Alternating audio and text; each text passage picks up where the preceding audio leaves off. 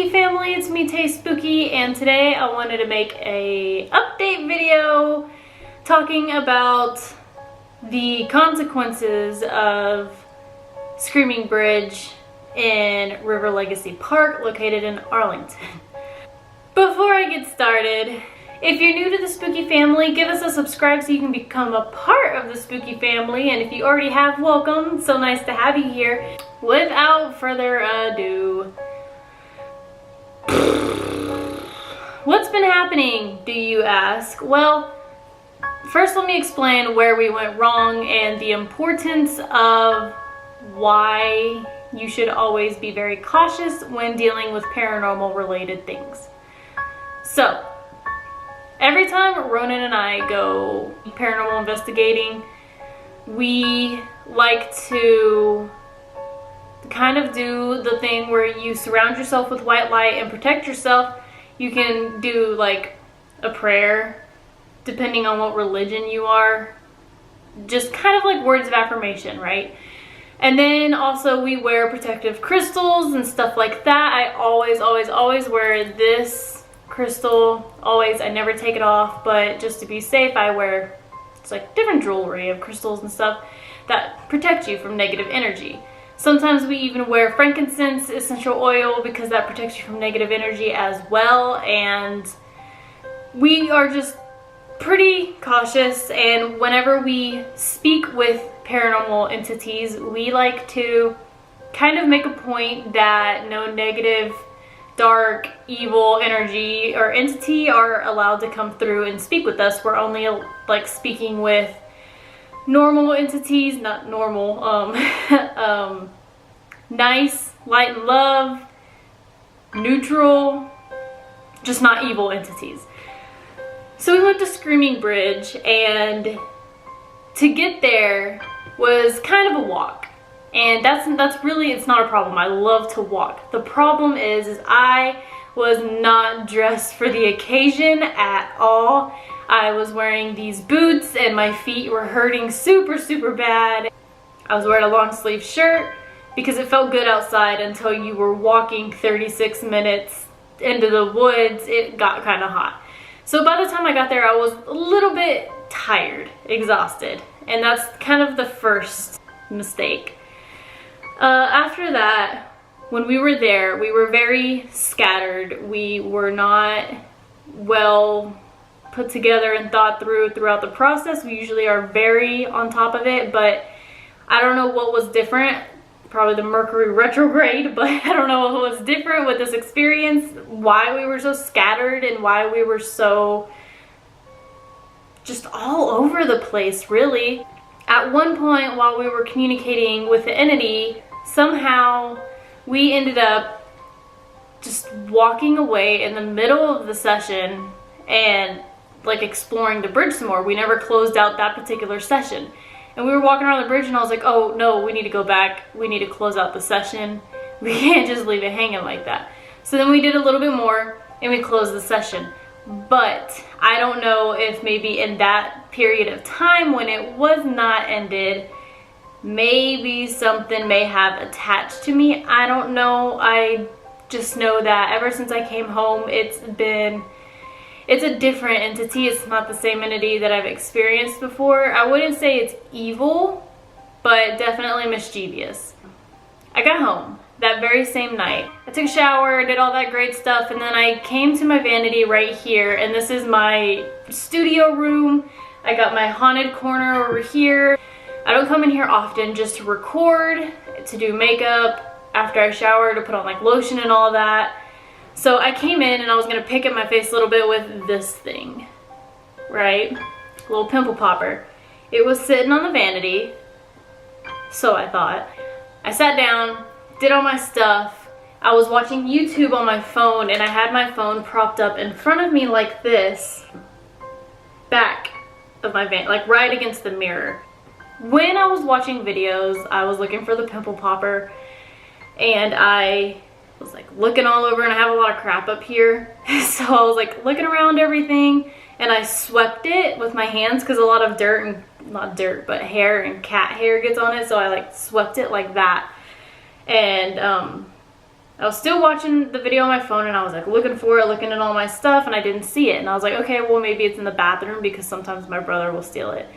So I went to the bathroom, looked for it, didn't find it. Then I came back in here, started looking through the makeup box, started looking on the floor, like maybe it fell down, I don't know. And then I sit back up after looking for this darn tool for like 5 minutes straight. I look up and it was sitting right there in the very middle of my vanity. Now, usually people, you know, they're like, oh, well, it's right in front of your face and you just didn't see it. I swept the vanity because the hair, I went like this, it would have fallen off. So long story short, no, it was not there. I didn't overlook it and it just appeared. That to me makes me think it is a mischievous entity. Not necessarily evil, but maybe playful. I can't get a real vibe off of it. That same night I went to bed and my cat Sparta sleeps in the bed with me. And I can't shut the door because if anyone, you know, owns a cat, you know that they don't like it when you shut the door. They get real mad. They want in and out. They want to sit in between. You just don't shut the door. So I leave the door cracked every night for them to come in and out. And I was laying in bed and it was really late. I think it was like 1 in the morning or something. It was like 1 in the morning. We were going to sleep, where I was trying to go to sleep, and I was really stressed out. Sparta was laying on the side of me and he was staring outside of the door, like not acting like he was scared or anything, but he was on guard, like very clearly on guard. He kept staring outside the door, would not break eye contact with the door, and he was just like staring outside the door, wouldn't stop. Even when I pet him, even if I said his name, he just would not stop.